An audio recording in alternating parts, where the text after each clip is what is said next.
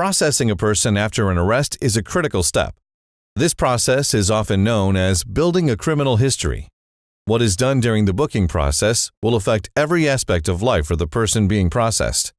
This can include if a person can get certain types of employment, to the person being determined a habitual offender.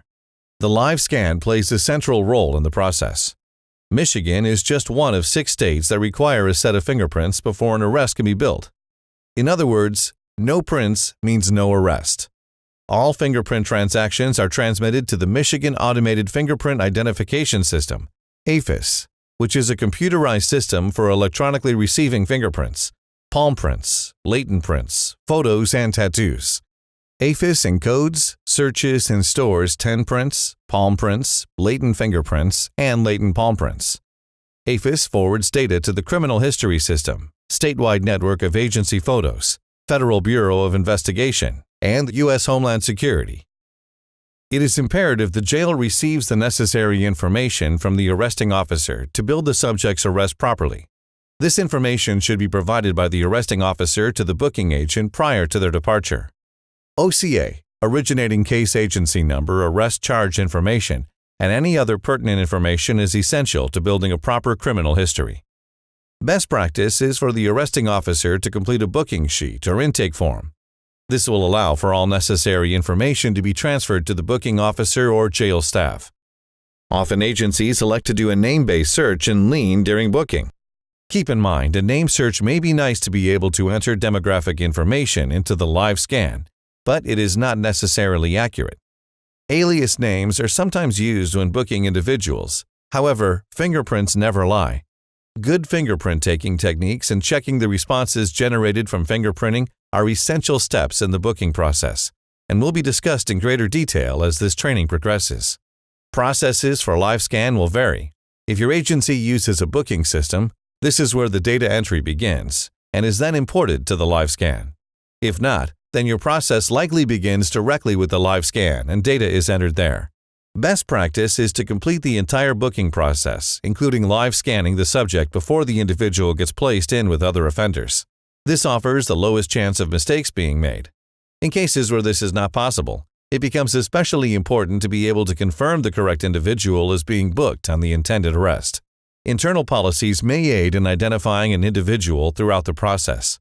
They include checking a wristband, the mugshot taken at booking, and asking the subject to provide the information verbally. These may be in addition to identification methods you already have in place. Anytime the subject leaves your custody, you must re-authenticate the subject's identity and confirm you have the correct individual prior to fingerprinting. Enter all demographic data that did not import from the booking system. You will want to proof this information to ensure accuracy. If you do not have a booking system, then you must manually enter all of the required demographic fields at the live scan. The required fields will be in yellow. Once you have completed the demographic data, you will select Next or Arrest segment. You will begin with the OCA complaint number. Please be sure to enter all mandatory fields with accurate arrest information. You can enter up to 99 counts of up to 15 different charges on the same set of prints. You must select the proper arrest disposition code. Be sure to use REW for adult arrests and use REP for juvenile arrests. You may also use CHG for adult arrests, but this will require a criminal tracking number which should be provided by the prosecutor. Be sure to enter this number exactly as provided.